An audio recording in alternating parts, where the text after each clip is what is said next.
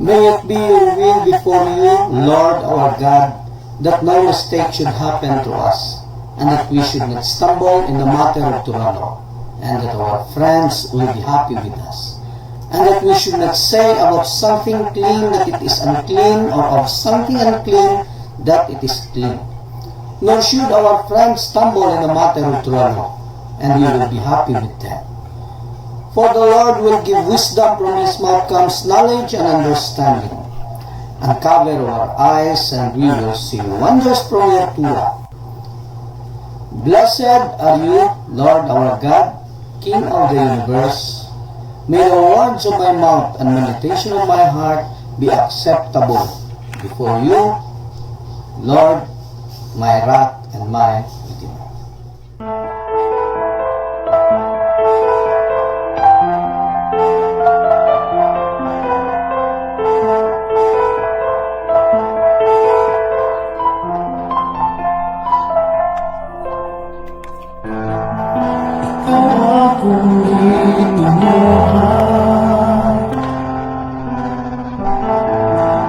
Adonai ni Abraham, isa akong hapon. Ang balaod mo akong giyak, na ako makakaon ko ninyo. Ikaw akong gitugma, Adonai ni Abraham, isa akong hapon. Ang balaod mo ang giyak, niini kinabuhi. Baruch Adonai Elohai Israel, Hashem dayon ka sa kanunay. Baruch Adonai Elohai Israel, Hashem dayon ka sa kanunay. Ikaw lang akong simbahon, Adonai ni Abraham, isa akong hapon. Ang balaod mo mao'y giyak, sa dalan sa magkinabuhi.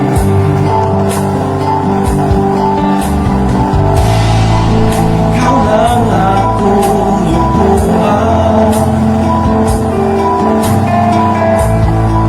Adonai ni Abraham, isa akong hapon. Wala'y lain gawas kanino mo, ikaw lang, o ikaw Hashem. Baruch Adonai Elohai Israel, Hashem dayon ka sa kanunay. Baruch Adonai Elohai Israel, Hashem dayon ka sa kanunay.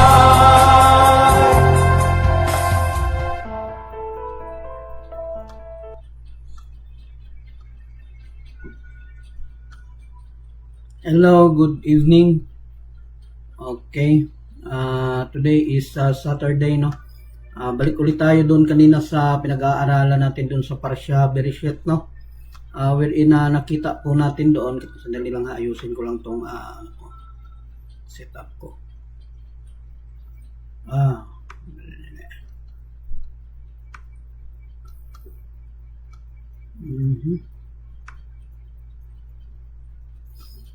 No, nakita po natin yung gusto ni Hashem po, no? Saan ba yun? Okay. Nakita po natin ang gusto ni Hashem, no, that God wants man to exist in a universe by which its very nature seem to separate creation from its creator. Kasi kapag andun sila sa iisang entity, silang dalawa, Hashem and Israel, hindi po makikita no na meron silang connection. Kasi katulad ko po, halimbawa, ako sa sarili ko, ito nagsasalita. Tapos nagsasalita ako, tapos wala naman ako ibang kaharap. So ito po ang isa sa mga isa sa mga pwede nating maging example na ano ang pwedeng tawag sa iyo kung nagsasalita ka doon sa sarili mo na walang kang kausap. So isa yan sa mga pinakamababaw na pwede nating maging ehemplo, no, kung saan mas madali nating maintindihan ba ano ang ibig sabihin ni Hashem. No, gusto niya na mag-exist ang tao sa universe, no, doon sa kakayahan niya as a separate creation from its creator. Yan ang gusto ni Hashem. Kaya lang may problema eh.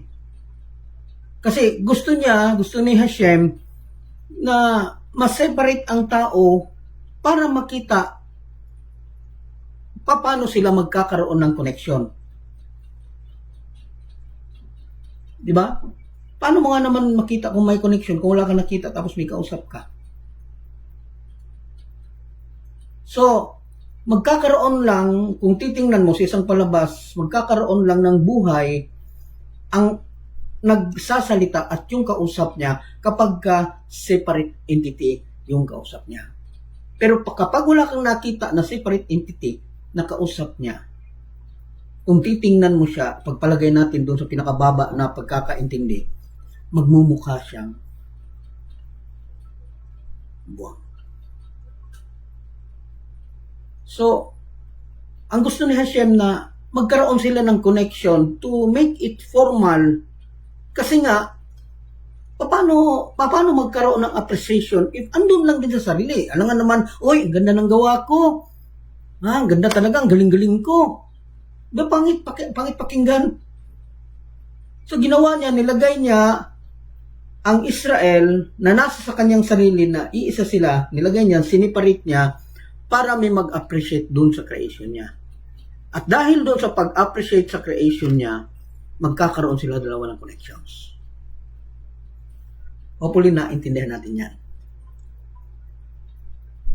So, ang gusto lang ni Hashem is ma-realize ng tao na siya at yung kausap niya is meron silang connection. Na hindi siya magmumukha kung sa tao pa, magmumukha siyang magmumukha siyang, kung hindi lang masama sabihin, kung sa common lang, kung sa tao lang, magmumukha ka siyang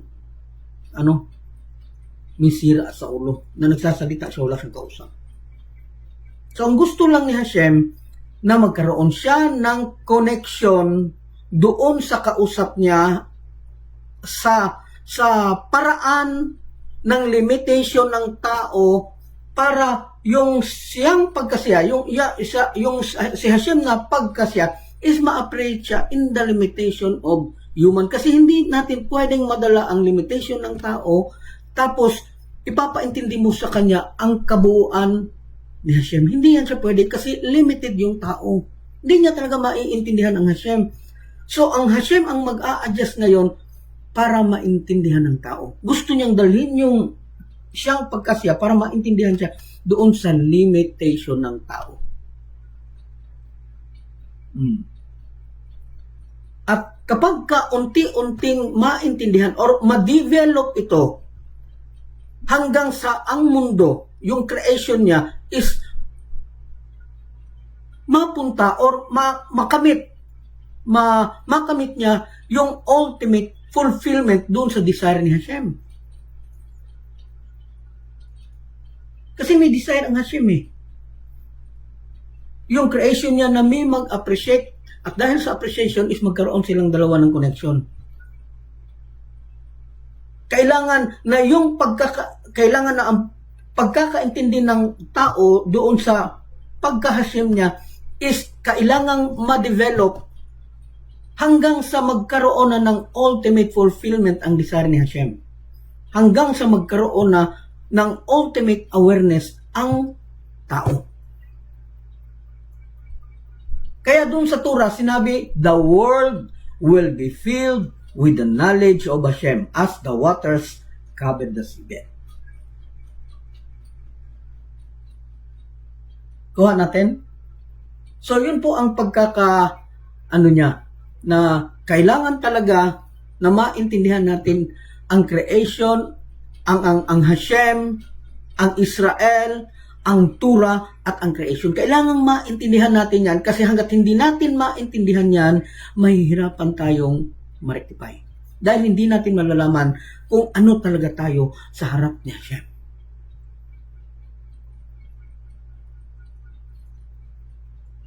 So,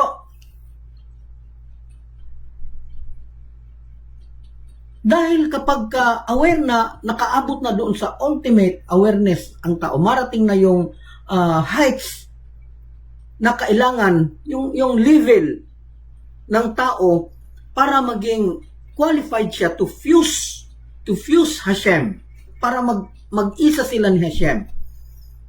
Kapag naabot na yung connection na yan,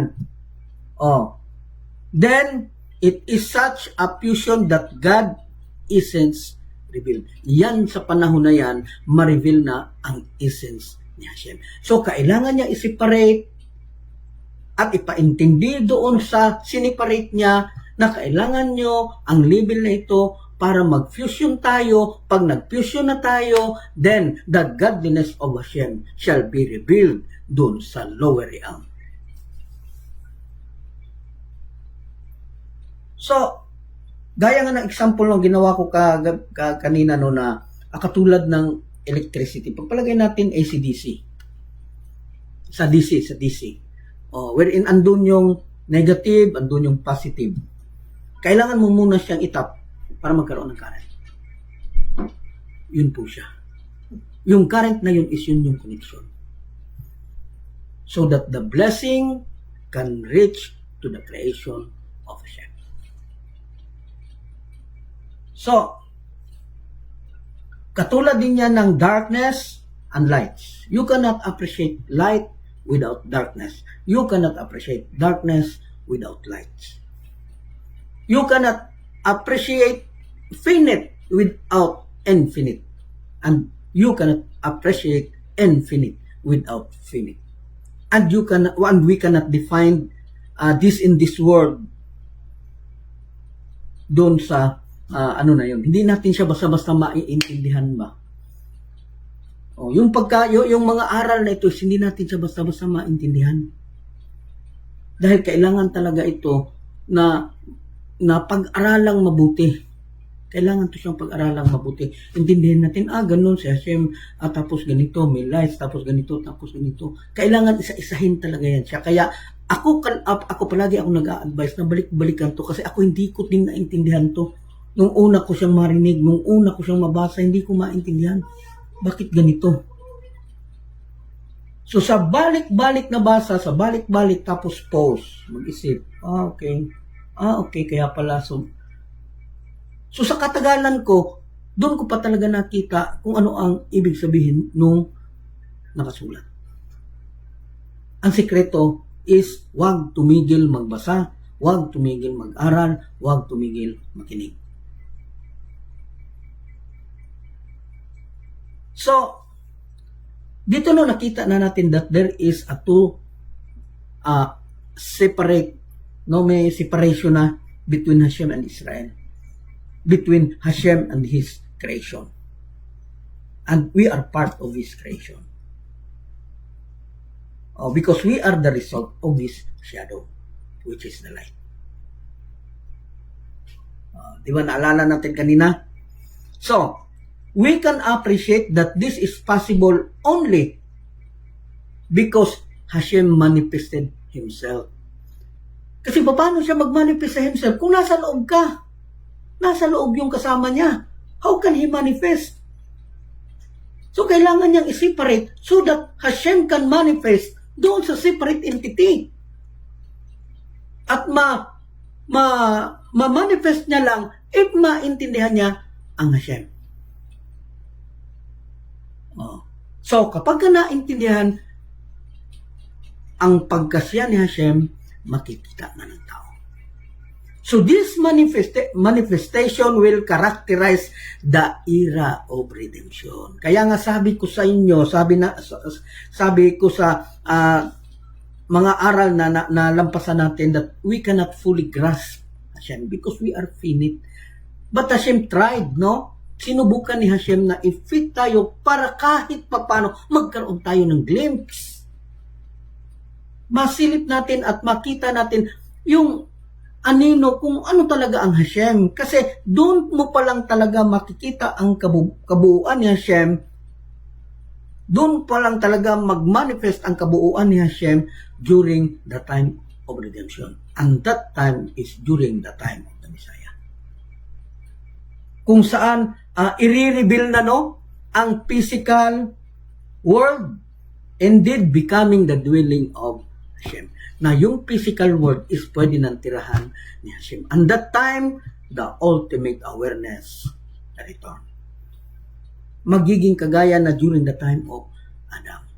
Wherein andoon si Adam doon sa Garden of Eden. Yan ang mapupuntahan natin doon sa ending. The time of Adam in Gan Eden. Because that era of Adam inside Gan Eden is ulam haba. Ulam haba na sana yon. Ang problema, dahil sa curiosity, hindi na lang manood, hindi na lang makinig, hindi na lang sumunod. Ayun, nakakita lang na, may nag-convert, ano ba meron dyan? Wala. Dahil sa gusto ko yan. Ayun. Nagkamali. So, doon pa lang natin makikilala. Kapag ka naando na during sa Moshiach time wherein everything is ma-manifest na through the Messiah, doon pa lang maiintindihan ng tao. Okay. Totoo pala yung sinasabi ng mga prophet. So, dito makita natin na merong lower realms, merong mundo pala na ginawa ang Hashem that can able to transform into a dwelling place of Hashem. Meron parang mundo, physical world na pwedeng tirahan ni Hashem. So, itong physical world na to is ito yung mundo kung saan sa panahon ni Adam. Wherein sa time ngayon, kung titingnan natin mabuti, that is the time of ultimate awareness. Alam ba natin na halimbawa si Kava or si Eve is andoon sa kabilang globe? Makikita pa din ni Adam. Kita siya pa din ano ginagawa, Kasi hindi kailangan during that time, hindi po kailangan ng time and space. Hindi po kailangan during the time of Adam. Kasi andun yung kung saan ang panahon na semi-physical, semi-spiritual yung sitwasyon ng tao dun sa loob ng Eden. Andun sa kanila, sa panahon nila, ang ultimate awareness. Alam niya kung nasaan, makikita niya, there is no variation. Because at that time, hindi po subject ang tao sa time and space. Hindi siya subject sa time and space. So kapag ka andun, okay. Nakikita niya. Nakikita ng tao. Nakakausap ng tao ang Hashem. Face to face. Yun po ang nakaganda ng panahon ni Adam. At yun ang binabalik. Yun ang dahilan bakit kailangan nating ma-rectify. Kailangan nating ma-rectify kasi nga kailangan tayo maibalik yung spark, maibalik doon sa original state para mabigay dito sa earth yung tamang blessing, wherein yung tamang blessing is katulad doon sa Gan Eden during sa time ni Adam. Dahil yung time ni Adam, yun na mismo ang ulam haba. So, Jason Benoit, in order for us to dwell in this lower realm, Hashem hide himself. Kagaya siya ng tented na car. hindi makikita ng tao kung ano sa loob ng car, but ang nasa loob, kita niya ang nasa labas. Kaya nga, kailangan hanapin. Naging challenge. Naging challenge siya. Kailangan hanapin. So, the creation is for the sake, sabi ng mga sages sa ganito pagkasabi, the creation is for the sake of the Torah. Kasi walang magagawang creation kung hindi dahil sa Torah. Kasi ang Torah, ang letters of the Torah, siya ang nagmamanifest para magbuo ang creation. Which is referred to as the beginning of His path. Ito yung simula kung saan magkakaroon ng creation. That is because of the Torah. And for the sake of the righteous. Paano daw na nabuo ang creation? Because of the Torah, para doon sa mga righteous. For the sake of the righteous. Kasi the only way to become righteous, fit to the Torah, is to follow the Torah. So dahil doon, ito pong righteous, no, doon sa creation na creation because of the Torah and and for the righteous, is ito po yung tinatawag nila the beginning of His craft. Kasi kapag ando na ang righteous, ando na ang creation, then aani na lang ang Hashem. So magsisimula na po ang totoong world na ginawa ni Hashem, that He created it perfectly. So that is called the beginning of His craft. Hopefully nakuha po natin yan, ha. Medyo lang talaga, medyo lalo na dun sa mga bago, hindi po siya madaling maintindihan.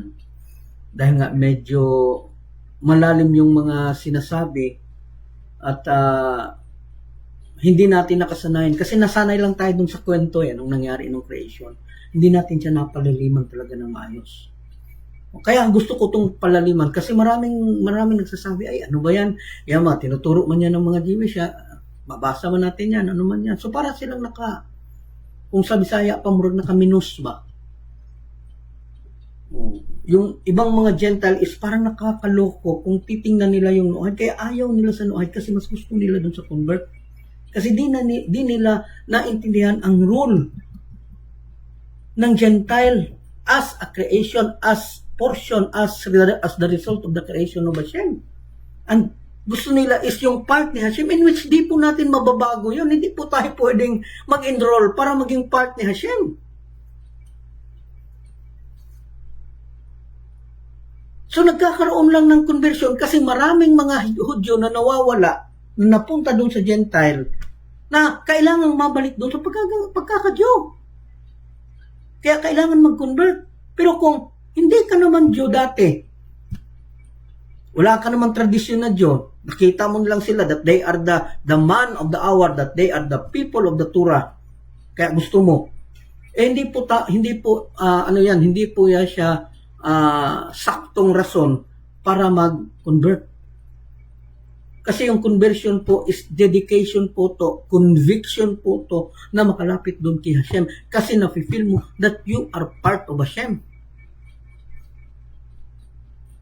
Pero hindi matanggap, kalimitan ng mga tao hindi matanggap na ganun pala, ang Gentile, other people is actually resulta lang pala dun sa nangyari na pagkahulog ng mga sparks.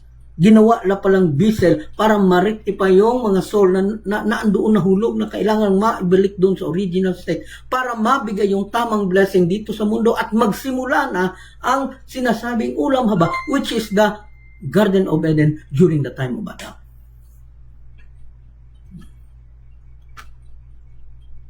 So dahan-dahan po natin siyang maiintindihan. Hopefully maintindihan po natin itong lahat. Kasi hanggat di natin ito maintindihan, mahirapan po tayong maintindihan yung mga misyon natin. So, para lang din tayong mga Kristiyana, sabi ni Pastor kasi, sabi ni ano kasi, absoluto ko sa sinabi ni Pastor kasi si Pastor napakagaling magsalita. So yung paniniwala mo is hindi mo paniniwala yan, paniniwala yan ni pastor, paniniwala yan ni elder na naniwala ka. So hindi natin masasabi na ito yung paniniwala ko. May sarili ka bang paniniwala? Isamantalang yung pinaniwalaan mo is galing yan doon sa pastor mo. So paniniwala yan ng pastor wherein dinala mo kasi magaling siyang magsalita, napaniwala ka niya. So, pinaniwalaan mo yung sinabi ng pastor or yung sinabi ng elder. So, hindi mo paniniwala yan kasi hindi mo pinag-isipan. Nakuha natin yung logic na yung kalimitan sa mga tao, ang mga paniniwala nila is hindi nila paniniwala yan ng mga nagtuturo. Kung saan nakinig sila, ganun pala. So yung paniniwala niya is naging paniniwala mo kasi inadapt mo yung paniniwala niya. So ibig sabihin, wala kang sariling paniniwala. Naniwala lang tayo dahil may nagsabi. Pero ang katotohanan dyan, hindi mo talaga naintindihan yung kabuuan kasi hindi nag-aral.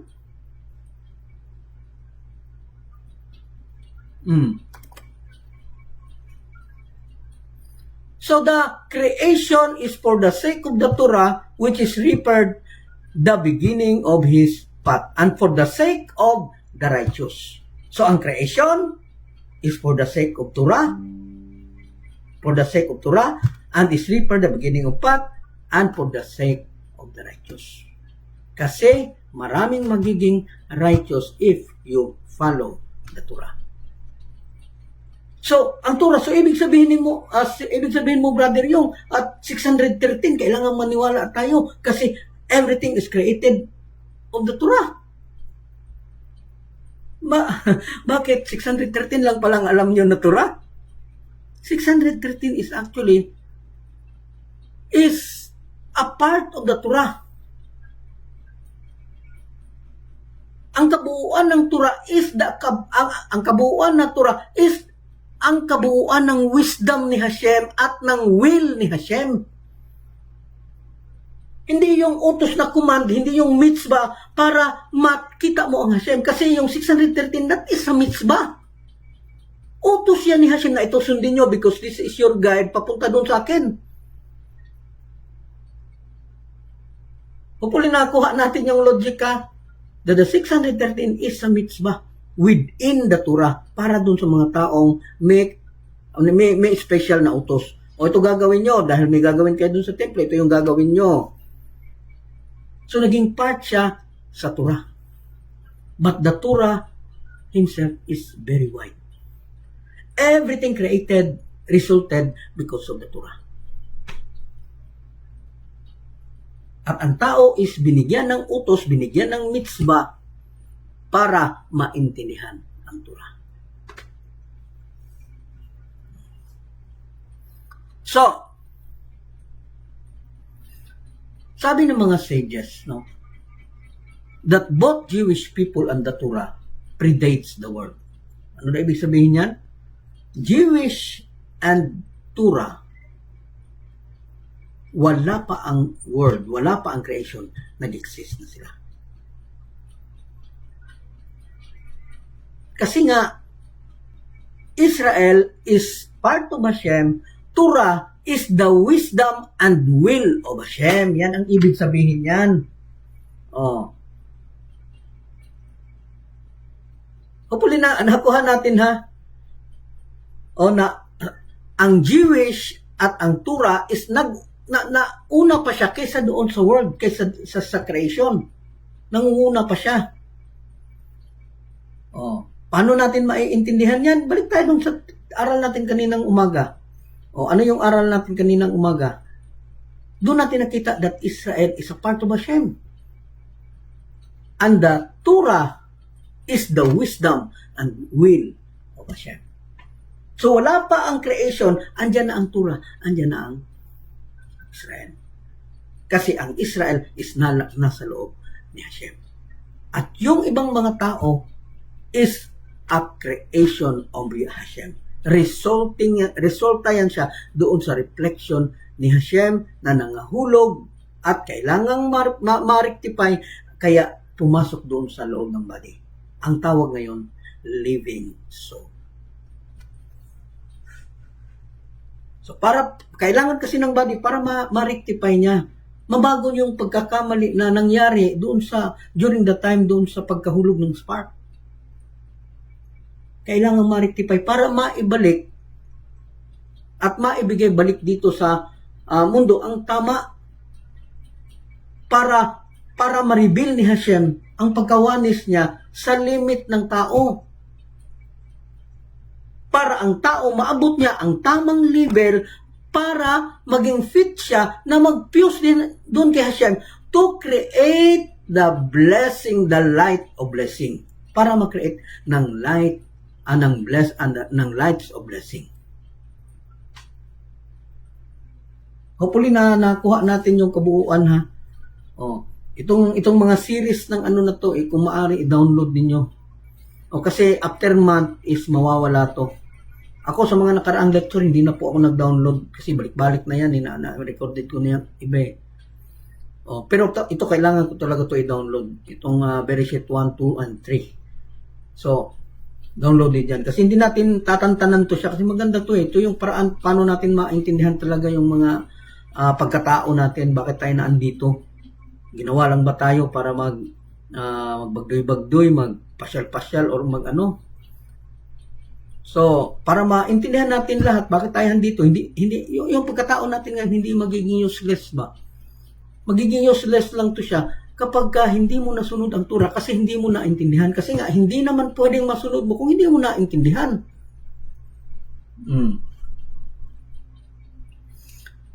So, doon sa pagkakasabi that the Torah people and the Torah predicts the world, hindi ibig itong sabihin na may nauna pa kaysa time ng tao. Kasi during creation, create din ang time. But before the creation, there is no time. Hindi siya subject for time and space. So yung pagkakasabi na nauna pa, that is not about the time. Ano pala ibig sabihin yan? So yun nga no, titingnan natin that during the time of Hashem, the Torah, and the Israel, there is no time yet exist. Nangyari lang ang time when the light start to create, the Torah start to create the world. And the Torah is the wisdom and the will of Hashem. Okay? So, dito natin maiintindihan ano pala yung Jewish people at saka Torah. Bakit kailangan talaga ng mundo? So, parang ano lang parang kung titingnan natin it appears na nag-exist lang ang tao independent of its godly source, nag-express ang tao na separate doon sa source ni Hashem, wherein ang tawag doon is Israel, the Torah, and the Holy One. Di ba? So, parang maiintindihan natin sa aral na to na merong nag-exist na independent source. Ano yung independent na source? Una, Israel, Torah, the Holy One, blessed be He. So, itong tatlong ito are all one. Kasi ang Torah is the wisdom of Hashem. Within the mind of Hashem. The will and the wisdom of Hashem. So, ang Torah, ganun po. So, ibig sabihin, isa lang siya kay Hashem. Kasi, kagustuhan ni Hashem na mangyari yan. Yung wisdom niya, yung will ni Hashem is ang tawag Torah. While Israel is part of the soul of Hashem. So since the Torah, dahil ang Torah at ang Jewish people are one with God, isa lang sila doon kay God. So observance of the mitzvot, ang pagbantay nila doon sa mga utos no, ni Hashem doon sa mga Diyos, ito yung nagpapakita ng purpose of creation. Ito yung nagpapaintindi. Bakit kailangan nating mag-celebrate na ganito, mga Jewish people? Bakit kailangan mag-celebrate ng Sabat ang mga Jewish people? Dahil doon maiintindihan na ang tao, ang Torah, at ang Hashem ay iisa. Kaya kailangang maintindihan sa pamamagitan ng pagsunod ng utos ni Hashem ang mga Diyos. Kailangan nilang sumunod para ma-express ang purpose ng creation. Para lang yan siyang para lang halimbawa, para lang yan siyang isang candle, no, at isang light. So itong mitzvah, isang candle, at ang light, isang Torah. By the light of the Torah, dahil ang Torah is ang light, the Jewish people can reveal the godliness of Hashem into this world. Ano daw? Dahil sa light of the Torah,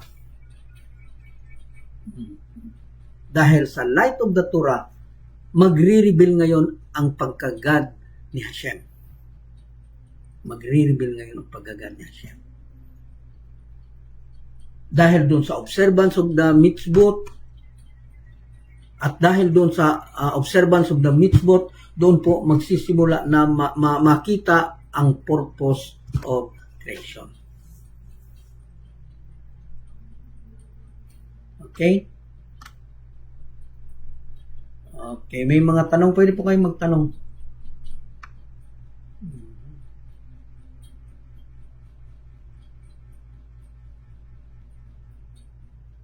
Okay, so far wala pa, no?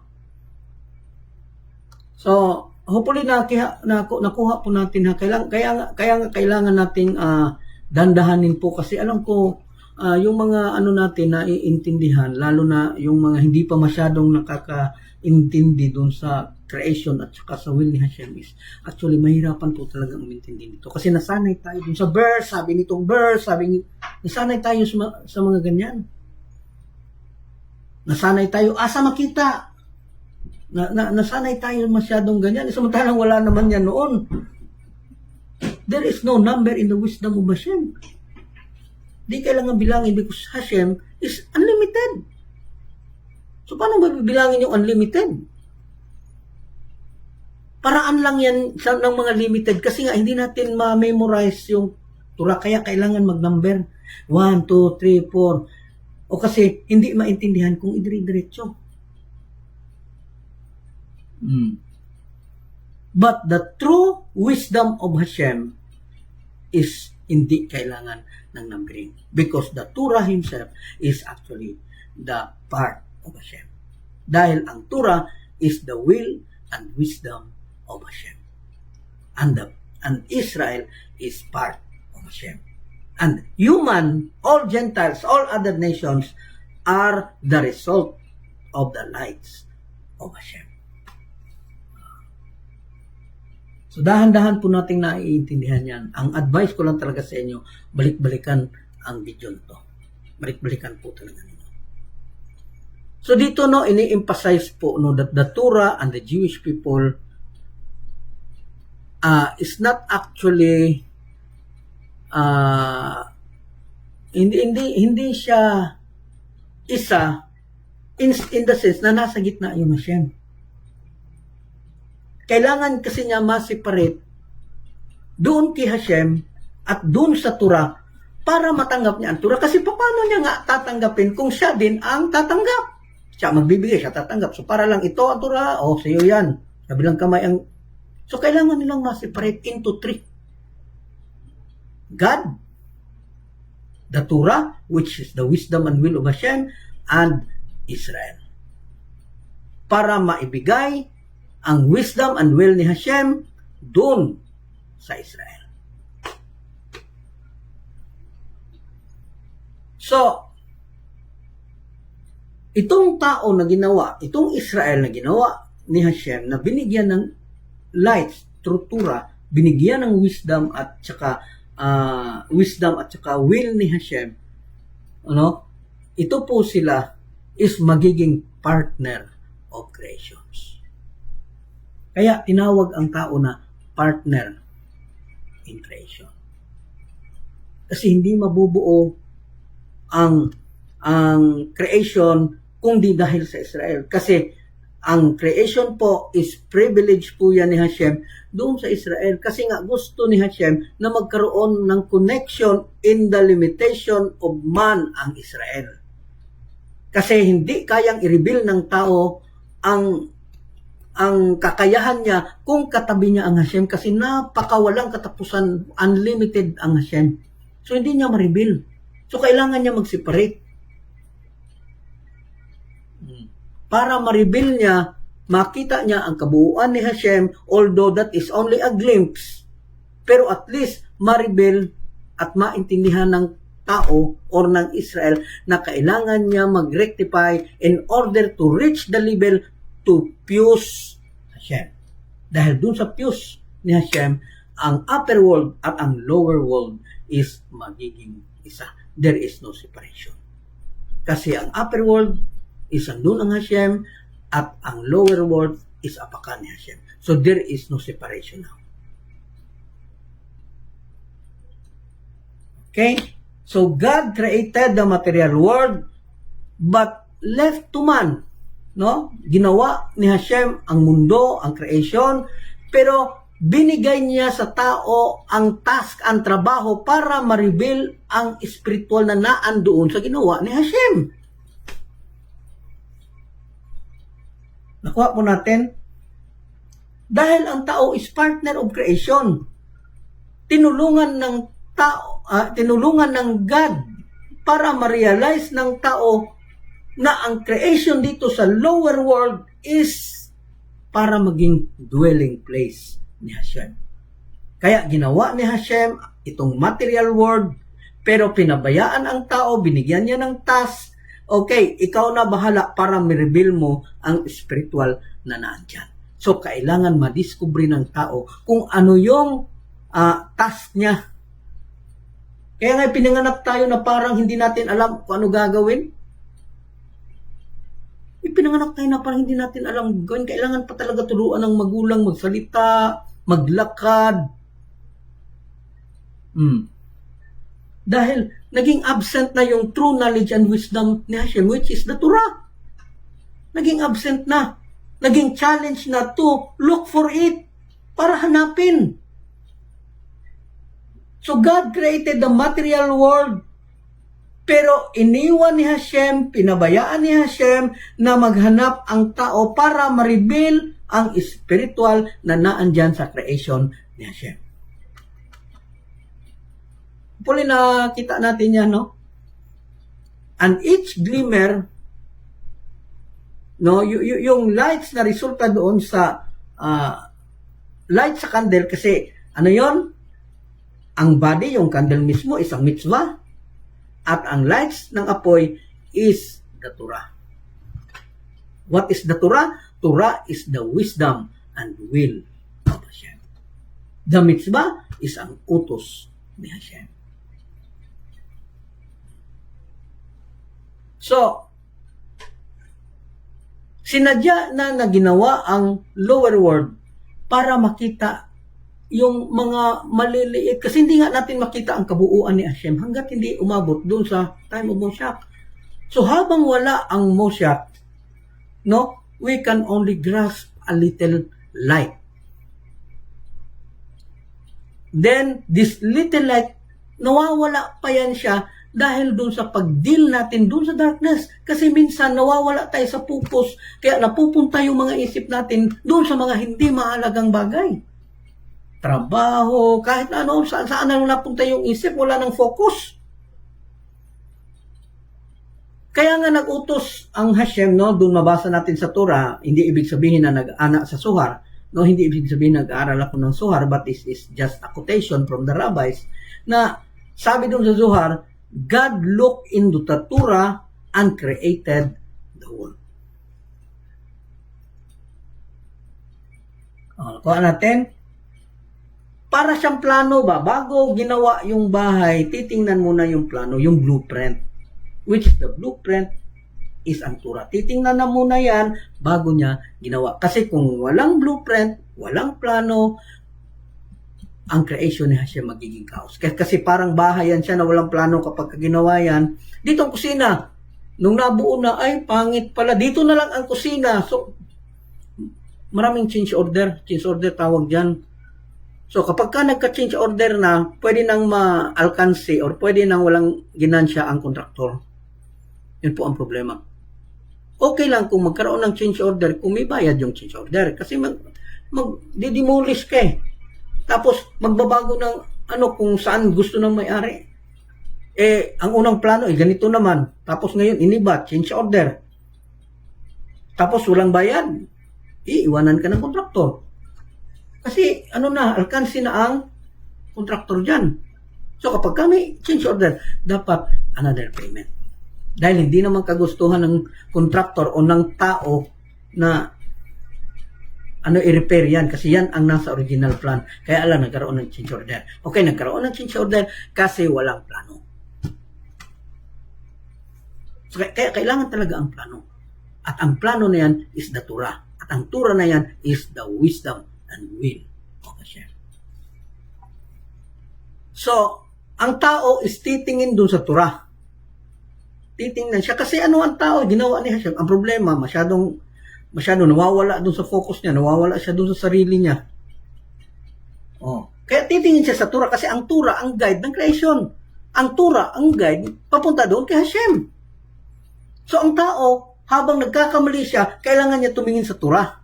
Kaya nga ang mga lalaki is obligado talaga mag-aral ng Torah.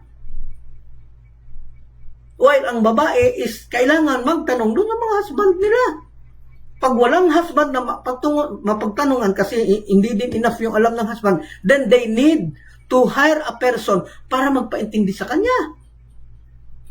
Kung kailangan magbayad siya. Kasi obligasyon niya sana magturo dun sa asawa niya. Ang problema, di niya maturuan, then kailangan niya ng ibang tao para magturo. Kaya nakita natin yan. So, man looks into the Torah and maintains the word. Kailangan natin i-maintain ang word sa pamamagitan sa pagsunod sa Torah. Ayun, nag-start na tayo dun sa pag-aaral ng Torah. So, ibig sabihin, we have the potential to renew creation.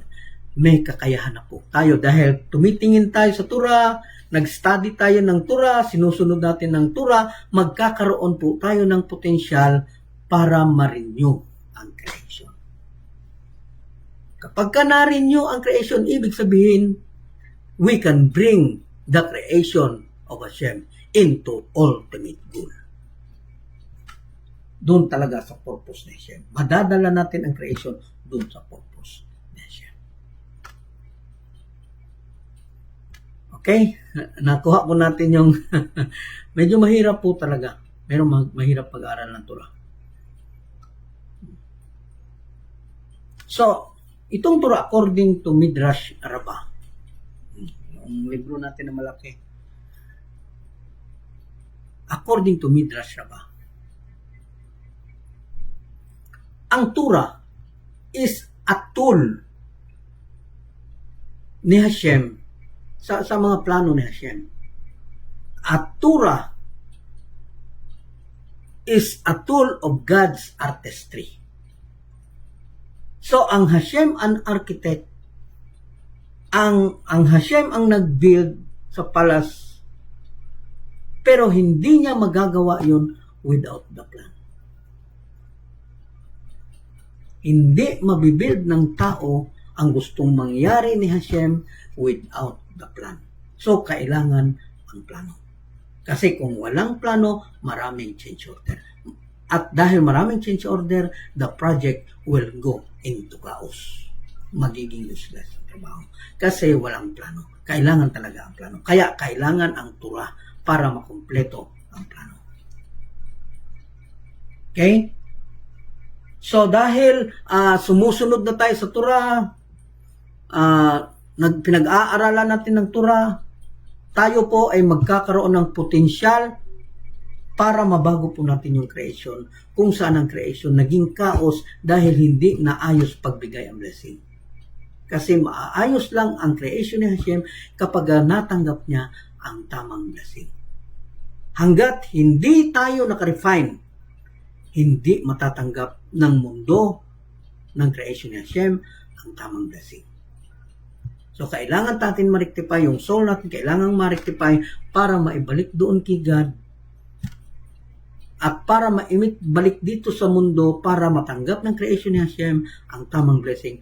And that blessing is actually the era of Bulang Baba. Okay?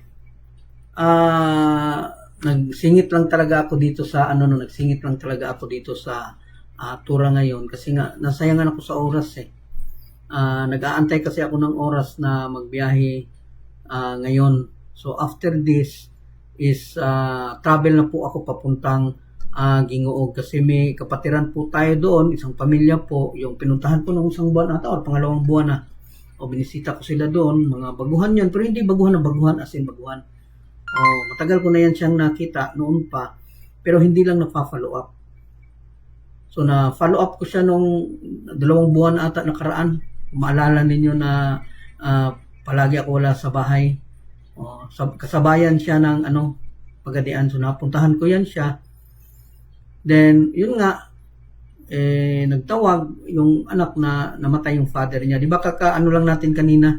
Kakasabi ko lang kanina na may kapatiran tayo na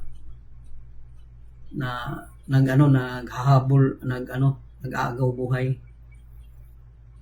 Pero kagabi ko pa yun alam. Nung natapos kanina, tinawagan ko yung yung anak niya. So sabi ng anak niya, namatay daw 1 hour or 30 minutes, more than 30 minutes before natapos yung live stream kaninang umaga. So nung sinabi ko na may kapatiran tayo na nag-aagaw buhay, patay na pala yun siya. Hindi lang niya masabi kasi nakita niya nagla-live.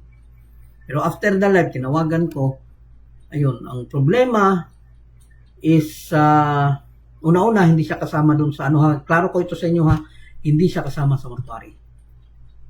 Hindi yan siya member ng mortuary. So, no need to magpadala ng mortuary. Okay, sagutin ko muna tong kay Pipax Flores ng Mandawi. Ang 7 laws is ni Noach, apel ba ni sa Tura sa Israel? Oo, kasama. Idolatry. Wala bang idolatry ang Israel? Di ba meron? No to idolatry. Sabi ng 7 laws, no to idolatry. May no idolatry din. Kasi itong 7 laws is continuation lang kasi itong 7 laws is actually ito yung paniniwala ng mga magulang ng Israel. Gi-continue lang nung panahon na tinawag sila ni Hashem for special mission. Special mission kasi ang pagpili sa kanila for special mission kasi gagawin silang pare. No, silang lahat gagawin ng pare sa last days. Kaya tinawag sila as a chosen people. Pinili sila. So yung utos ng mga magulang nila, kagaya ng Abraham, Yitzchak, and Jacob, yung utos nila na 7 laws, continue lang. Pero meron lang maraming dagdag kasi sa pagpili sa kanila, may kaakibat na holiness. Kaya meron ng dietary laws, meron ng mga festivals na kailangan i-celebrate. Kasi nga, as a chosen people, kailangan nila pahalagahan ang mga experiences nila habang papunta sila doon sa Land of Promise. So doon sila nag-Passover, sa labas sila ng Israel nagsimulang nag-Passover during the time of paglabas nila sa Egypt. Doon sila sa labas nag-tabernacle. Wala pa sila doon sa lupa ng Israel sa panahon na yon. So yung 7 laws na yon is nadagdagan lang. So ibig sabihin ang 7 laws nasa loob mismo ng 613. And everything is called Torah kasama ang 7 laws. Hopefully nakita natin yan di ba sa 613 andoon yung no idolatry, andoon yung no blasphemy, andoon yung theft, andoon yung do not murder, andoon lahat ng 7 is andoon sa 613. So, ang 7 is not a separate laws from 613. Originally, the 7 laws is the original laws doon sa mga magulang ng Israel. Mga fathers and mothers ng Israel. Ang 7. Kaya lang dinagdagan kasi pinili sila for a special mission. Dahil may trabaho kasi kayo sa templo, kailangan yung magkaroon ng holiness kasi hindi ka pwede pumasok sa templo kung hindi ka huli. Kaya huwag kang kumain ng ganito, huwag kang maghawak ng ganito. So, yun, maraming nadagdag. Andun pa yung mga experiences nila sa daan. Sukkot, or Passover, andun pa yung pagtanggap nila sa Torah, which is yung Shavuot. So, maraming nadagdag doon sa 7. Pero yung dagdag na yon is para lang sa Jewish kasi may special mission sila to become a priest of the nations. Hopefully, naintindihan po natin yung sagot. Okay? So, balik tayo, no? Tanong lang kayo. Babalikan ko kayo. Okay. So, yun nga, no? Hindi po kasama ang namatay sa mortuary. So, ang problema doon is hindi naman sa mahirap, hindi naman sa masyadong mahirap kasi yung mga anak nila is nakatapos din ng pag-aaral, tapos may anak siya na nandun sa Saudi. So, hindi naman ganun kahirap. Pero hindi din natin masabi na ganun din ka-well off, ganun din ka-ayahay. So, ngayon, ang problema is hanggang ngayon hindi pa po nalabas ng morgue. Hindi ko alam kung anong dahilan. Anyway, hindi pa naman din umabot ng 24 hours. Siguro bukas pa yan lilinisin or either ako na maglinis. Pero ang problema, kung ako ang maglilinis, kailangan malibing ka agad kahaponan. Kasi more than 24 hours na po yan bukas ng tanghali. So kapag ako pa yung naghugas, ang mangyayari niyan, medyo may amoy na ang patay. So, kailangang mailibing kahaponan. Ang problema, may anaantay sila na mga anak.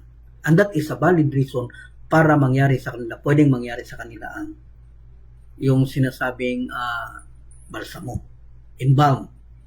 Allowed po yan kasi ang reason valid. Kasi magiging valid lang po ang reason para maimbalma kapag yung damit is hindi pa natahi, hindi pa natapos pagtahi. Kapag may unin, part ng unin, yung direct family, anak, asawa, magulang, kapatid, may member ng unin, ng direct family na magsasabi na kailangang antayin, huwag ilibing hanggang hindi ako dumating. So, valid reason po yan siya. So, ang pagkakasabi po sa akin is sa Thursday ang libing. So, magsisimula ang service bukas kung maimbalma siya bukas ng gabi. Ang di ko lang alam kung saan ilalaga. Kung doon ba sa tahanan nila sa bukid or doon sa Gingong City. Yun ang hindi ko alam. Kasi hanggang ngayon, di pa nakalabas ng patay. Okay? So, na-open ko no na welcome po yung mga yung gustong magbigay na mag-donate kahit na ano, kahit magkano, pero hindi po siya obligatory, hindi po siya compulsory. Dahil alam naman natin na marami na ding mga tinulungan tayo, yung mga may sakit. Marami na po. So, doon lang sa mga ano, para kahit papano may maabot tayo doon. Para may maiabot lang. Okay, Jason Benoit, Aki Iyong, sa past lecture natin is kapag ang isang Noahide is mag-convert plus 7, doon 613. Convert plus 7, doon 613. Okay, ganito po yan. Marami kasi kailangan tayo maintindihan talaga. Okay, ang 7 is separate yan siya talaga sa 613. Pero lahat ng 7 is andoon din yan sa 613. May no to idolatry sa 613. May no, do not blaspheme doon sa 613. Do not murder, do not tip. Andun lahat yan. sa 613. Walang utos sa 7 na wala sa 613. Kaya lang yung 7 natanggap ng Israel, 620, ang sinusunod nila, 613. Kaya nagtaka sila, kanino tong natira na 7? So sabi ng mga sages, binigayan ni Hashem kasama ng 613 para ituro ng Israel doon sa Gentile ang 7. Kaya nagkaroon ng obligasyon ang Jewish na turuan ang Gentile. Dahil binigay ni Hashem kay Mose ang 7 para pagdating ng panahon na hindi na sila habulin ng Gentile, pwede nang turuan ng Israel ang Gentile. Doon sa utos na dapat sa kanila. Hindi kailangan mag-convert, hindi kailangan magaya-gaya. So anong kaibahan ng 7 doon sa 613? Wala pong kaibahan. Ganon pa din. Kasi yung lahat ng 7 is andoon sa 613. Ang lahat ng details ng 7 is konti lang ang diferensya. Halimbawa, a Jew cannot nullify an idol. Andun niya sa details. A Jew cannot nullify an idol. A Noahide can nullify an idol. Pangalawa, so marami pa tong mga kaibahan ha, pero iilan lang yung ibibigay ko kasi mauubos yung oras natin. Pangalawa, utos ng mga Diyo mula kay Hashem na totally destroyed ang idol. Ano talaga, pulbusin talaga at itapon doon sa dagat para hindi mapakinabangan kahit abo na lang ng idol. Pero sa Gentile, because a Gentile is allowed to nullify an idol, pwedeng i-nullify lang ang idol. Ano ba ang nullification? Nullification is to devaluate the idol. Halimbawa, binili mo yung idol ng 1,000. O si Santon Niño, binili mo ng 1,000. Kapag ka ni-nullify mo yan, depende sa paraan ng pag-nullify. Okay, example pag-nullify, tanggalan ko ng isang mata. Lugitin ko, lugito na ako. Kapag ka nilugit ko yan, ibenta ko ng 1,000 dahil bili ko 1,000, may bibili ba na 1,000 na may lugit na ang mata? So wala. So ibig sabihin, na-devaluate siya. Wala nang bibili. Kahit nga 1,000, walang bibili dyan kasi wala nang mata. So, ibig sabihin ng nullification, napawalang bisa. So, a Noahide is pwedeng magpawalang bisa sa idol. Para saan? Para pwedeng magamit ng Gentile. So that we can benefit the idol. Kasi pwede tayong benefit. Okay, paano? Destroy natin. Then, gawin natin abono dun sa daan. So kapag ka nakaapak ka doon sa buno na daan na galing doon sa idol, then you benefit the idol, which is permitted for Noahide as long as it is nullified. So hopefully naintindihan mo, Jason, na yung bakit plus 7 tapos doon 600 ang 630 natanggap ng Jewish, bakit may sobrang 7 siya. So, iba din yung 7 na andun yung Mitsusa. Iba din yun, that is rabbinical.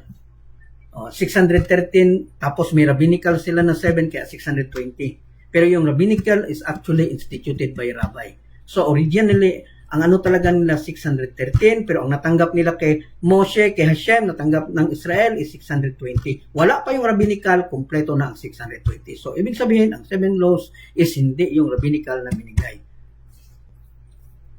Okay, hopefully klaro po yan sa atin na.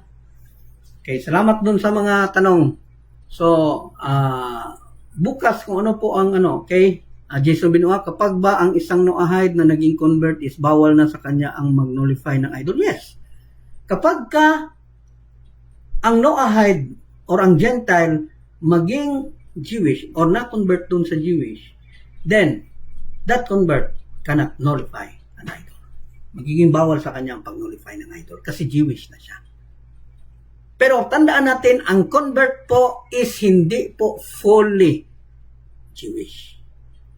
Still, he is spiritual Jewish. Kung maintindihan natin, kaya nga ang tawag sa kanya, Ben Abraham, kung lalaki. Bat Sarah. Yung isang convert is tatawaging Ben Abraham. Kung babae, tatawagin siyang Bat Sarah. Kasi ang pagiging Jewish ni Abraham is spiritual. Kasi ang convert, although na-convert siya, ang spiritual ang na-convert, hindi ang body. So ang body, naiwan yan siya sa pagiging Gentile.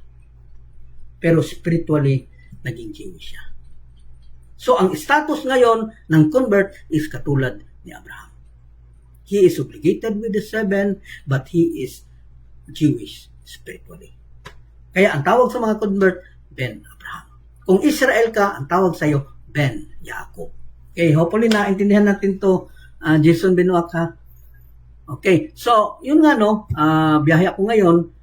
Then andito yung mga leaders, alam ko nakikinig kayo. Hindi ko alam kasi kung may signal. Kung sa Gingoog City, ang funeral, no, 4 days kasi ang funeral. Kasi antayin kasi yung anak doon na nasa Saudi. So ibig sabihin may signal ako. So kapag may signal ako, pwede akong mag-live after doon sa ano. Kasi ang plano ko gagawin ang services hindi sa gabi na masyado. Dito ko gagawin alas 5. Alas 5 or alas 6 magsisimula. Madali lang naman yung service or alas 5. So, the rest wala na. Kasi walang singit yan, hindi pwede singit dyan. So, may time pa ako. Kaya lang hindi ako pwede doon sa funeral mag-live. So, pwede akong mag-live doon sa, halimbawa, lodging in. May mga mura din kasi doon. Doon pwede akong mag-live.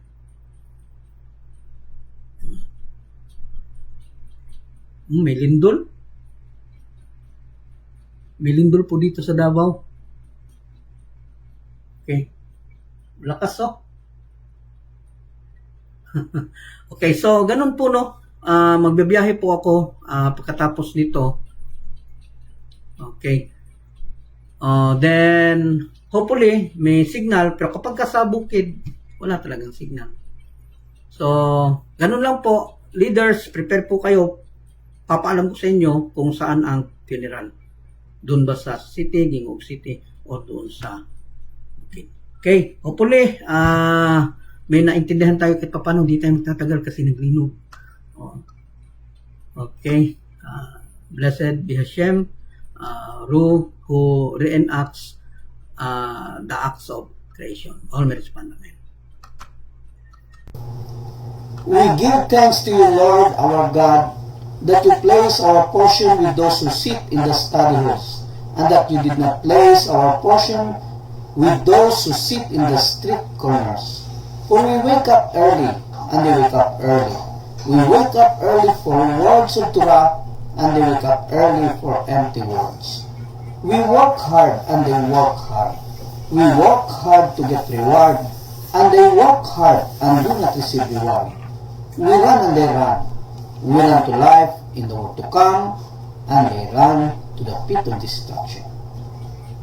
You who dwells in the shelter of the Most High, who abides in the shadow of the Omnipotent. I say of the Lord, who is my refuge and my stronghold, my God, in whom I trust, that he will save you from the ensnaring trap, from the destructive pestilence. He will cover you with his pinions, and you will find refuge under his wings. His truth is a shield and an armor. You will not fear the terror of the night, nor the arrow that flies by day, the pestilence that prowls in the darkness, nor the destruction that ravages at noon. 1,000 may fall at your left side, and 10,000 at your right, but it shall not reach you. You need only look with your eyes, and you will see the retribution of the wicked, because you have said, the Lord is my shelter, and you have made the Most High your haven. No evil will befall you, no plague will come near your tent. For he will instruct his angels in your behalf to guard you in all your ways. They will carry you in their hands, lest you injure your foot upon a rock. You will tread upon the lion and the viper. You will trample upon the young lion and the serpent. Because he desires me, I will deliver him. I will fortify him, for he knows my name. When he calls on me, I will answer him. I am with him in distress. I will deliver him and honor him. I will satiate him with long life and show him my deliverance. Amen.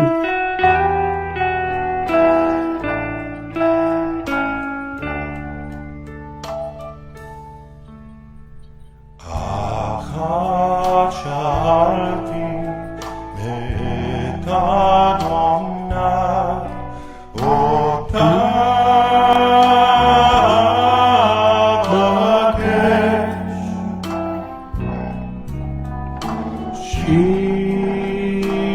Shivti Bebet Adonai, Kol Mekayai,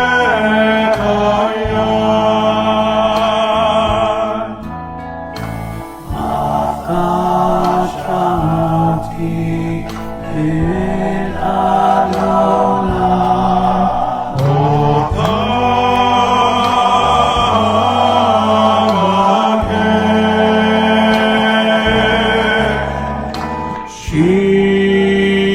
Shivti Bebet Adonai, Kol